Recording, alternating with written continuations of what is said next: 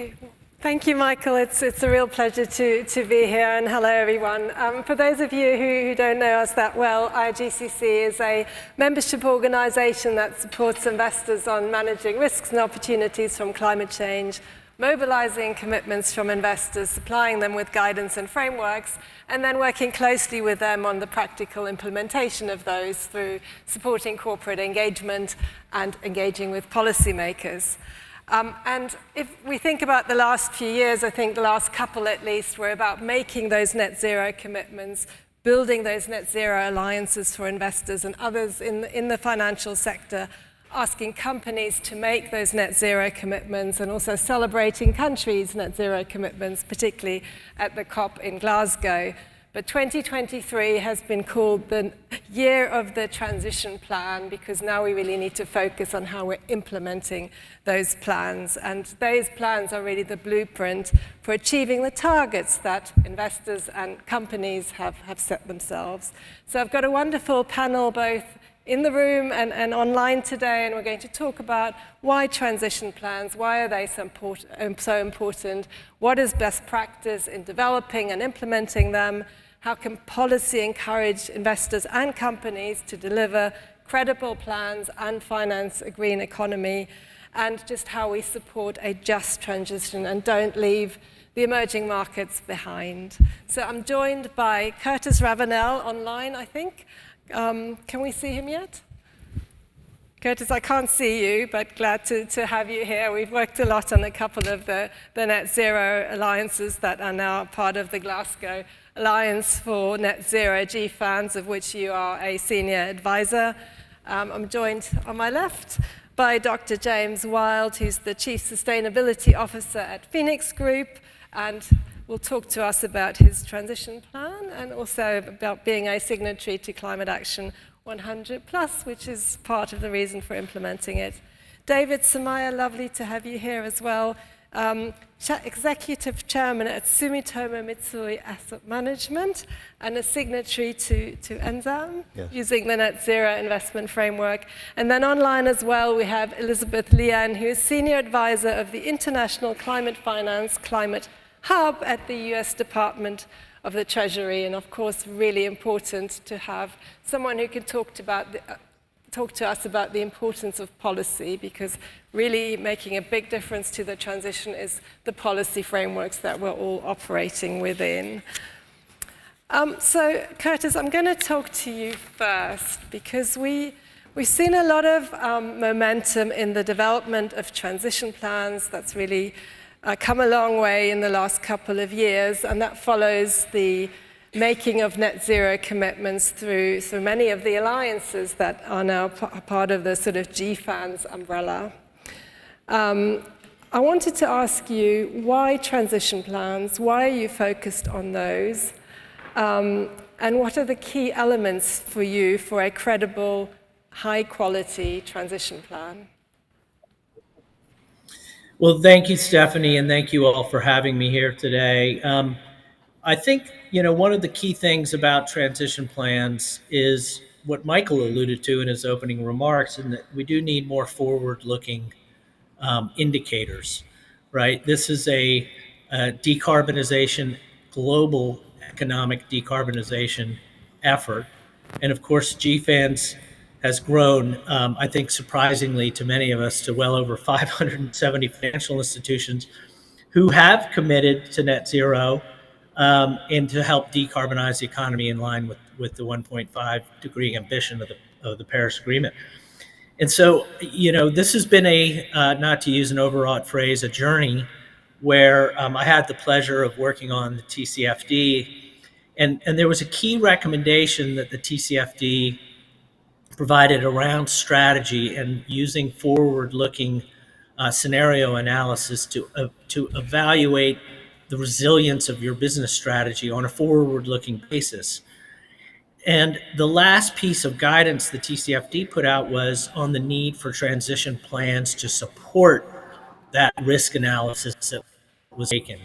And so I think there's a couple of other key hooks there, which are not only the TCFD, but the SEC mentions transition planning, And of course, IFRS talks about transition planning. And I sort of see the evolution of transition plans akin to the way we saw the evolution of the TCFD, which is that it builds on a lot of good work by a lot of people like yourself, Stephanie, and the Net Zero Investment Framework to create the GFANS framework, which is a pan-sector approach to transition planning. And what we really need in the end is consistent, comparable, and credible transition plans. Why though? Like, what's the purpose of this? The purpose is because we've got to scale transition finance, right? I'll take the energy sector, for example. We have about a 1-to-1 ratio globally on fossil fuels and renewables.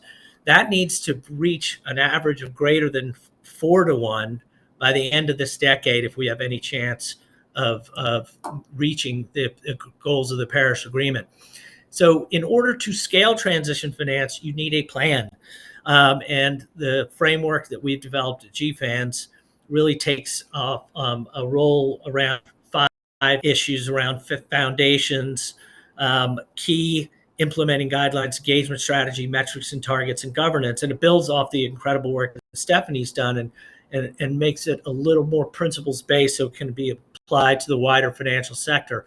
But I think in the end, why transition plans? Because it is time for some more forward-looking. If TCFD is sort of put the stake in the ground around forward-looking risk analysis, this is putting a stake in the ground on a forward-looking plan and really providing, as Sue Lloyd said in the previous panel, investable information to help financial institutions really support who they underwrite, lend, and invest in. Just to check with you, Curtis, the transition plans is both for financial institutions and for companies. Yes, we have a suite of documents. I didn't create an eye roll with the audience on all the stuff that we put out last year. But we did have an accompanying called Expectations of the Real Economy. And so we worked across our alliance with all of our members to find out what different financial institutions want to see from real economy players. And it's very much aligned with what we expect to see financial institutions produce as well. There's also supplemental information on the use of sectoral pathways, this concept of managed phase out, various other documents that help support it. We have to remember that transition planning doesn't quite have the history that climate disclosure had when the TCFD came around. So we're all, including you, Stephanie, working furiously to help support the members that have made these commitments on how to actually execute and disclose a transition plan. Brilliant. And I'm going to turn to one of those organizations, Phoenix Group, who I believe has just published a transition plan. James, tell us more about it and what are the key insights that you have in terms of putting it together? What were the sort of problems and what do you see as the opportunity having put out that transition plan? Yeah, very happy to. Thank you, Stephanie. And really delighted actually that we've launched our Net Zero Transition Plan today using the GFANS guidance as well as the Transition Plan Task Force material. And as Phoenix Group, it's a really important milestone. And linking back to what the Lord Mayor said at the beginning, it's moving beyond pledges is the key. We've moved beyond target setting to detailed planning to really take action at scale, and that's what our plan lays out. And at Phoenix, we have the scale to make a difference. We're the UK's largest long-term savings and retirement business. We've got 0.3 trillion of assets under administration and 12 million customers. And we've put the customers actually at the heart of our transition plan. All of the decisions are based very much on how do we minimize the risks and maximize the opportunities associated with the transition for our customers. And our customers want us to act. We've done a lot of market research, and 80% of our customers are concerned about climate change. 90% want us to act. Our transition plan covers our operations and supply chain, but the real focus is our investment portfolio. It's 99% of our emissions. And to give you a sense of scale, it's very hard to estimate, as was talked about before, but we've estimated using the PCAF methodology that our carbon footprint is around 24 million tons of CO2. To put that in context, that's equivalent to 5% of the UK's emissions or heating of over 8 million homes. So we can make a big difference. We've set the kind of targets in line with the Net Zero Asset Owners Alliance that we're part of. So we've got short-term targets that our CEO has stood up and said, I'm committed to deliver these targets. For 160 billion portfolio, our liquid equity and credit portfolio, it's 15 million tons of CO2. We've said we're going to have a 25% carbon intensity improvement by 2025. For all assets under our control, a halving by 2030. So how are we going to do it? Well, our plan lays out the levers we're going to pull. There's 3 levers. The first is tilting, so preferentially supporting the winners in the transition over the losers. The second is stewardship and engagement, and the third is direct investment. So just unpacking each of those very, very briefly. For tilting, we've laid out a roadmap of how we're going to tilt that 160 billion portfolio that's the focus of our 2025 target. We started last year, and we transitioned 1.5 million customers in Standard Life to a sustainable default pension. That applies a carbon tilt to 12 billion of equity. It's really important that we apply it to the default because most people don't actively make a choice. We need to decarbonize the default. Next, we're moving on to our shareholder credit of 12.5 billion, and then 40 billion of policyholder funds in US and UK equity, where we're going to use a customized decarbonizing benchmark to really bring down the emissions over time. Once we've done that, we'll then apply equivalent tilts to the remainder of that 160 billion portfolio. All those decisions need to be made in the customer's best interest. So we do a lot of analysis to make that case, and we'll need to really carefully track the performance of all of these actions. The second big lever is stewardship, and it's come up a lot today. We're very much a believer in stay invested and engage. And with all these things, there's an 80-20 rule. When we looked at our 2019 baseline, we found that 20% of our assets are responsible for 90% of the emissions, the high carbon intense sectors that we've been talking about so much today. So we've set up an in-house stewardship team. Raj is here today, along with Valeria, and we're targeting 25 specific companies, both individually as Phoenix, but through Climate Action 100. We can make a much more difference if we club together with other asset owners to put pressure and engage constructively with firms. We're also engaging through our pool of asset managers, so we're engaging with another 450 companies, taking the total kind of carbon footprint to more like 70% of our listed equity and credit emissions that we're going to be engaging with directly, as well as our voting principles. So we will hold all companies to account to set net zero targets and transition plans. And interestingly, we've seen a big increase in the pledges. 2019 to 2021, we moved from about 30% of our assets being in net zero aligned companies in terms of targets, moving up to 50% in 2021.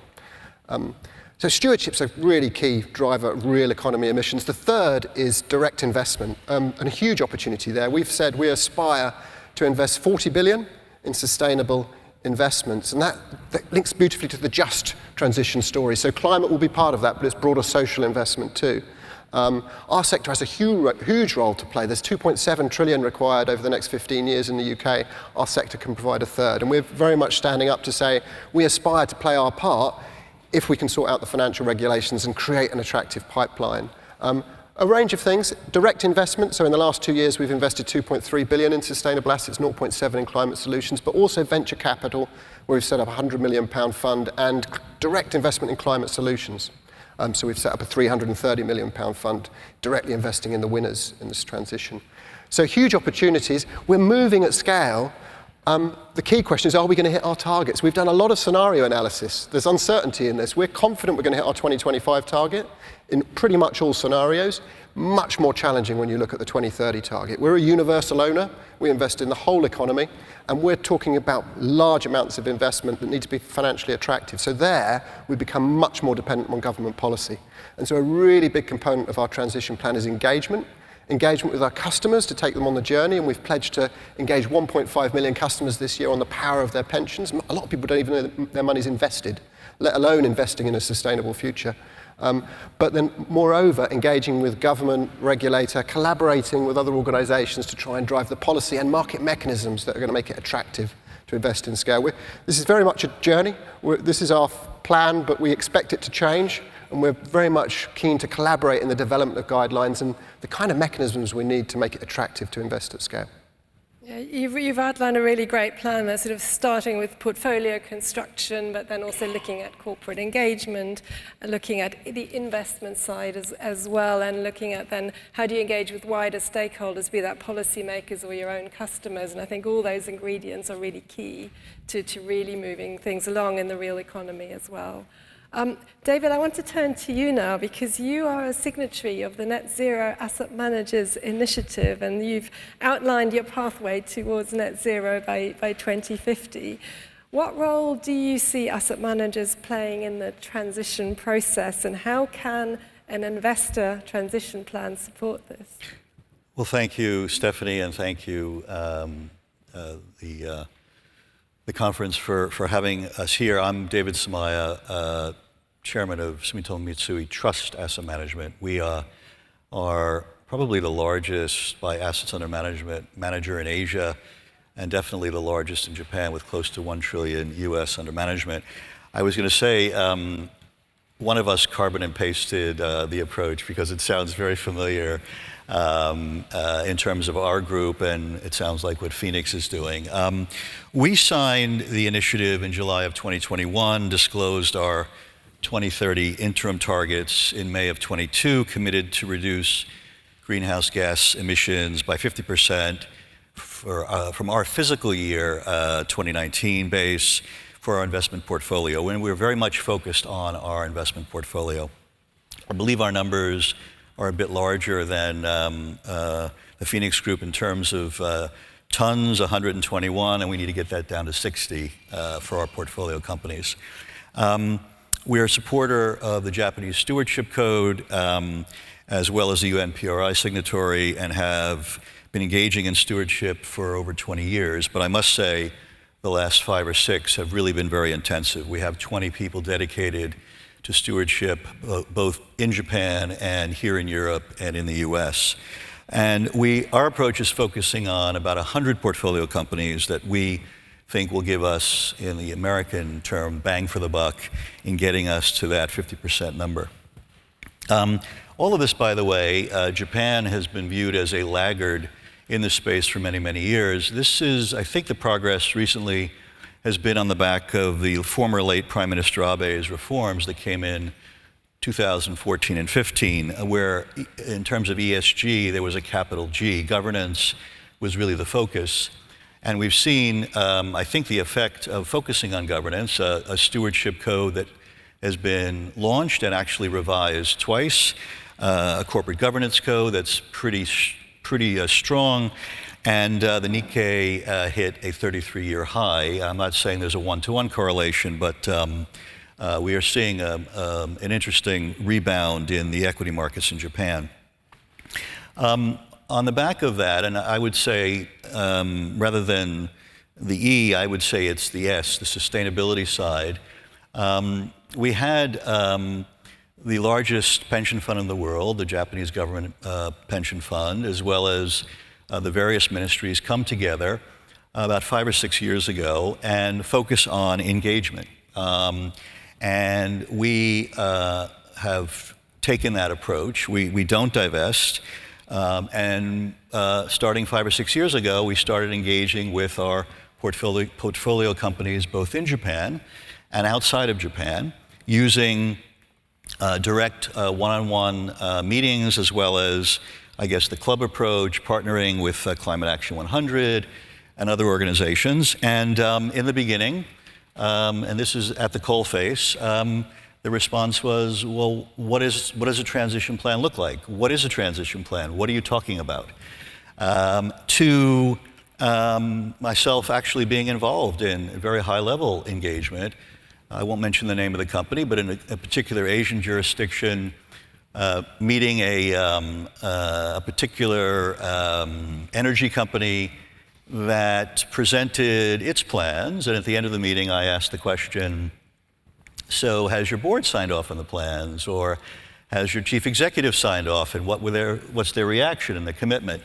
And this is a couple of years ago, and there was dead silence in the room. The board hadn't signed off, and the chief executive hadn't signed off on the plans. A year and a half later, and returning to the company, actually the board had signed off. There was a new chief executive, and that chief executive signed off. So I think from an engagement perspective, we look at what I call the T but V. Engage, encourage, trust, but verify.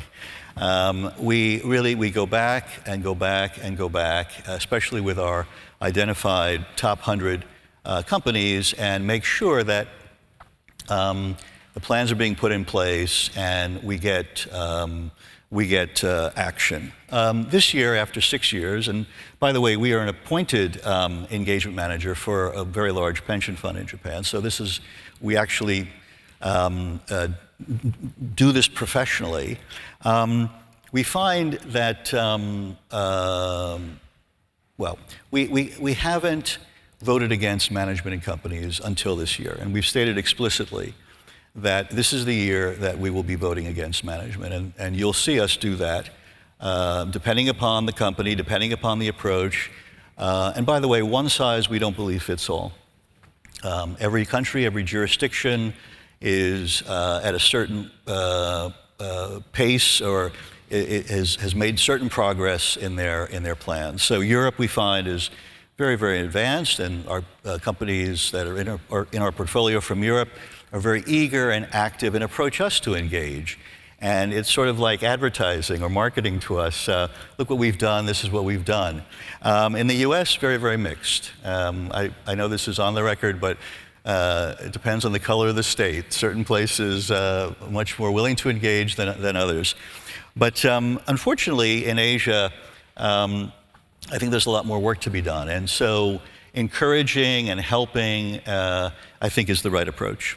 And I also think in Japan, I think you know, TCFD has been adopted by, I think, more companies than any other jurisdiction in the world. So a lot of signatories, a lot of companies have signed up to disclosure, but the transition plans are the challenge, and how to get them up and going. And then we heard just earlier, commonality across them, I think, is the challenge. Yeah, brilliant. I think you've really brought out that there is regional nuance still, but also the importance of transition plans to holding companies to account for how they are actually delivering their net zero target. And I wonder, we're into the topic of how do you move the real economy along. I don't know if anyone else wants to react to that. And Elizabeth, I don't know, perhaps if you want to give a view from the US as well, and I might turn then to Curtis or James to see if you have any reaction on that as well. Yeah, thank you very much, Stephanie, and it's really lovely to be here. I mean, I think just to pick up on that last point, there is clearly a difference in how each region and part of the U.S. economy is addressing the net zero transition. I would say when it comes to the real economy, the largest voice right now is coming from the Inflation Reduction Act. Right now, that is clearly indicating where the United States government is putting its investment and how it sees the net zero transition. When I think I want to take a little bit of a step back to sort of outline why Treasury is here and sort of talking about these issues. We're not a regulator, and we will certainly leave all of the regulations to those independent bodies. But we do have an important role to play when it comes to indicating a direction of travel, policy signals, these types of tools that we have to be able to indicate the importance of financial institutions and the real economy making real risk decisions now that are science-based and actually show a direction of travel that is consistent with a mid-century net zero goal and target. Their transition plans are currently not required in the United States, as we all know, but they are important tools that are being used in the voluntary net zero environment in a way that shows clearly and can show clearly how these financial institutions are going to make these critical interim steps to make good on their commitments. We see no value in making empty promises. The same can be said of, U.S. government pledges. We absolutely need to stay committed to following through on those commitments. And the same should be said of financial institutions in the real economy, companies who are making these commitments. They need to show progress and show clearly how to meet those commitments. A couple of things came through in what other panelists have said, and I have the great benefit of coming last to be able to highlight some of them. James, I liked your idea of tilting, and I think that's one where we similarly are tilting towards investing in renewables in the United States through the Inflation Reduction Act. That's again, a very strong policy signal. The focus on just is critical, and that's one where my office in particular is really focused on that both domestically and internationally. I think we have a lot of important work that still needs to be done to address the environmental justice issue in the United States. And there are tools that we have in place that we did not have in place a couple of years ago to make sure that impacted communities are actually meeting their own commitments and considering how to improve their climate resilience in a way that factors in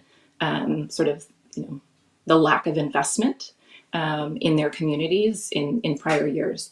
And then similarly, internationally, Treasury is at the forefront of the just energy transition partnerships in South Africa and Indonesia in particular, and then partnering with the rest of the government in Vietnam to make sure that those communities, private sector, economy, adjust towards net zero in a way that factors in hard-hit communities. Two critical issues. One is, of course, that we need policy then really to drive change and people to actually make good on their commitments, and that we can't leave anyone behind in this transition. I just want to go back briefly to Curtis, and I was wondering, what is GFANZ now doing to actually promote the uptake of these transition plans across the real economy, and are you seeing progress in that? Yeah, thank you. I mean, this is the key, obviously. And if you look back to TCFD, TCFD was formed in late 2015. We put out the recommendations in 2017, and it has taken 6 years to really get it into a regulatory or legislative, depending on your jurisdiction, environment. It's still really not done, honestly, right? People have made announcements to do it. We don't have the luxury of that time with transition planning. So the first step for us is encouraging, and I really am glad to see a number of institutions, including the ones on the panel, have been developing transition planning. But remember, the common framework that we put out was really just last year. So we expect to spend the next couple of years really working with the private sector, both the real economy and financial institutions. Remember, it's a system, right? Financial institutions can't really develop their own robust transition plan unless the underlying investments, lending, and finance portfolios also are providing that information. So generally, we work with our counterparts in the business alliances to help them push forward, membership organizations and others who are holding workshops. You work with other disclosure groups to make sure that they are within their disclosure platforms like CDP and PRI and others, that they are integrating the common elements of transition plans into those disclosure platforms. You also hold lots of workshops around the world. I think it's a really important point to note that there is, sectoral business model and jurisdictional differences. And so you need, while you want consistent, comparable, and credible plans, there needs to be some give and take. And you learn by doing, right? You learn by doing. So we'll be pushing that quite hard. We have a lot of materials that we are about to release and launch, and we'll be doing workshops and webinars. But really the point about policy is key. There is a gap between what the government ambition is for a net zero future by 2050 and what the underlying policy is to support that. And finance and even the real economy, they can move the ball forward, but they can only, it's really difficult for them to move much past what the supported policy environment enables them to do so. So that's the other thing that we're working on. We've worked very closely with all sorts of different regulatory groups to help, bring the voice of the financial sector to them to understand what the challenges and opportunities are and try to get those supporting policies. We've seen some great progress, of course, with the IRA in the US and all the work that Europe has done. This is great support, but we need a lot more. And again, we need to really be holistic about it. In our transition planning guidance, we really identified 4 strategies around finance. One is clearly supporting climate solutions. The other is helping aligned companies scale, companies that are already aligned with a science-based pathway. The harder stuff, though, we can't leave the high-emitting sectors at bay. This is a global economic issue. We need to invest in transition. So we need to get companies who have not committed to getting on an aligned pathway or don't have the technology or policy support to get there. We really need to support them in their journey. So investing in companies that are trying to align. And then lastly, we have a large stock, as many of you know, especially in emerging and developing economies, of relatively new assets phased out over time. What are creative, before the end of their economic useful life, the end of their carbon useful life has come fast approaching. And so how do we work together with MDBs, local jurisdictions, private finance, concessionary finance to build structures like the JETP Elizabeth and her team at Treasury have been working on to support this managed phase out. Those 4, you can't focus on one of those things. You have to focus on all 4 if you're really going to reach the goals that I think we all objectively share.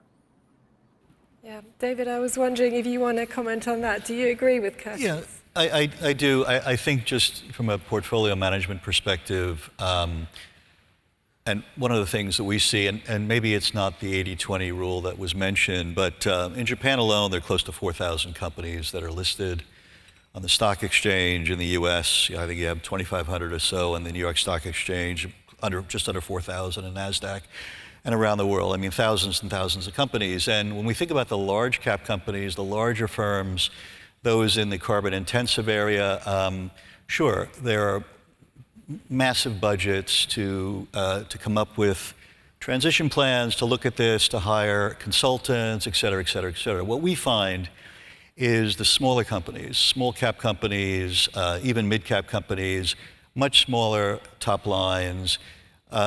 First of all, in Japan, with TCFD, it's disclose or be mentioned or shamed. Some of the feedback that we get is, well, have a $60 million, an $80 million, $100 million top line, 3 years of COVID. This is a project that we want to do, but we just don't have the resources. We don't know where to start. And so from a policy perspective, and I'm speaking from, coming from Asia, any help in terms of how to go about doing a transition, what does best practice look like, et cetera, would be really, really helpful to get the ball rolling. Because at the end of the day, smaller companies are focusing on their shareholders and the bottom line. The other point, which we may get to, but I wanted to mention is, a lot of us portfolio managers, asset managers, have made the decision to rely on external data providers, et cetera, and I would say that while there's a lot of really good work that's being done, a lot of the work is very subjective, and the data just isn't there. And that is a point that, again, when we're running our own strategies, we found it's very, very difficult to be able to bucket, this company looks good, this company doesn't look so good. And we see that as we do the visits. We do a visit, the mood is upbeat, there's a lot of progress. The next visit, there are hurdles, and there's some detours to the plan. And so relying on a third-party provider for that subjective interpretation, I think is a real challenge as well. And being able to get the data as quickly as you know, in the most practicable way, I think will require so many parts of the value chain, of the ecosystem to make progress. And that's just the reality. I think both you and Curtis have outlined some of the difficulties in terms of interpreting some of these transition plans. One is the sequencing of getting the information first from companies, then the investor can put out or analyze their plan. But we've also heard about, you know, even the difficulties of SMEs. We always think about big companies and them, but SMEs, of course, in a very different place there. Yeah. James, did you want to come in at all in terms of how can policy help? And it could either be, of course, sustainable finance regulation, but also these real economy incentives that we need as well. Yeah, I think just in terms of the rollout of transition plans, I think investors have a role. I mean, as part of our expectations of companies, we're saying we want you to publish a transition plan, and we expect you to put it to shareholder vote as well, and we want to interrogate the quality of that plan. I think, just talking more about stewardship actually just for a moment, we are part of Climate Action 100, and the transition plan is really powerful. It creates the meat that we can engage with companies in a constructive way. Totally agree with that kind of constructive dialogue. It's a big focus for us, and just to make it very real, because it's nice to talk about specific examples, we're co-leads on the Climate Action 100 engagement with Shell. Their AGM was yesterday. We made a public Shell have put out a lot of really great information in terms of what their transition plan is. We've had lots of private meetings with the CEO, and yesterday, together with the other Climate Change Action 100 co-leads, we put a public statement out saying, here's 3 specific things we want you to improve in your transition plan. We want you to make sure that you're reducing oil production year on year and continue to commit to do that. We want you to articulate how your targets turn into absolute emissions reduction in line with the Paris Agreement. And you're doing some great things in green areas. Can you be specific about how far you're going to go and how much capital investment you're going to make? They're now going to refine their strategy and launch their next version of their transition plan at their Capital Markets Day, and we will be actively engaging with them in a constructive way to help support that case. So we can make a real difference, but I totally agree. I mean, when you start looking at 2030 and a 50% emissions reduction for an investor like us, we've got 40 billion in sovereign investments, a very large carbon footprint of 10 million tons of CO2. That's only as good as the investment of the countries we're lending to. We need to see countries improve, and we need to make it attractive to invest in infrastructure at the kind of scale that we've been talking about all day in the UK and internationally in emerging countries. And we're here to collaborate to help make that money flow. I want to touch on the emerging countries, developing economies in a bit, but I just wanted to flag, we may have 5 minutes for audience Q&A, so if you wanted to prepare any questions, please do that now. Elizabeth, I wondered if I could turn to you again to talk a little bit more about the key policy tools needed to drive progress, particularly across emerging markets and developing economies. Yeah, thank you. I'm glad you brought that up. And, you know, just to highlight, it's really wonderful to hear from the other panelists this active role that all of us are playing from our various seats. You know, we all have a very different role to play, but leaning in, having hard conversations with clients, with investees is really critical to having a smooth transition that is really economy-wide. And really, I'm talking about the global economy here. When we consider how we can support emerging markets, the model that I referenced earlier is this Just Energy Transition Partnership, where really what we have done is to identify partners who were really ready and had indicated a strong plan to take a leap and to really invest in their economic transition, their power sector transition in a really significant way. And so we and other G7 partners, plus some others in the Indonesia model, and Vietnam, we've brought in a couple of additional partners to work with Indonesia, South Africa, Vietnam, and a couple of other conversations are underway to see about supporting their most ambitious plans. And so it absolutely needs to be nested in a strong commitment by the emerging market that they are willing to make these leaps. And then where we come in is to provide concessional finance that can be blended with private. We bring in private sector partners. In the GFANS was instrumental in helping us to work with some private banks to bring them along in this journey. I think we've all said journey now, which is good, consistent. And then really to find ways to plug in philanthropic resources here, public sector technical assistance there, and then reforms along the way, because ultimately you will not get to scale without making sure that there are really the regulatory reforms that are required to get investment where it needs to be. So those conversations continue. They are hard. They take a very long time. And I think it's sort of difficult to see as much progress as all of us would hope in each of these markets, but we're committed to it, and our partners are certainly committed to it. So we see that as a big kind of model. The other thing I wanted to highlight is just coming out of some of the G7 discussions, G7 leaders and G7 finance ministers, it really struck me how much of that communique text is dedicated to climate. Just a few years ago, I would say that finance ministers sort of, inserted a climate reference here or there as an anecdote. The number of finance ministers who are absolutely fluent in climate finance and really pushing it and in a significant way is remarkable, and that's definitely flowing through into our development assistance, our engagement with finance ministries more broadly, and is really showing the leadership that I think the G7 partners are taking to make sure that this is top of mind. Great, thanks, Elizabeth. I just want to see, are there any questions for the audience? Otherwise, I might turn to Curtis for a final word. Okay.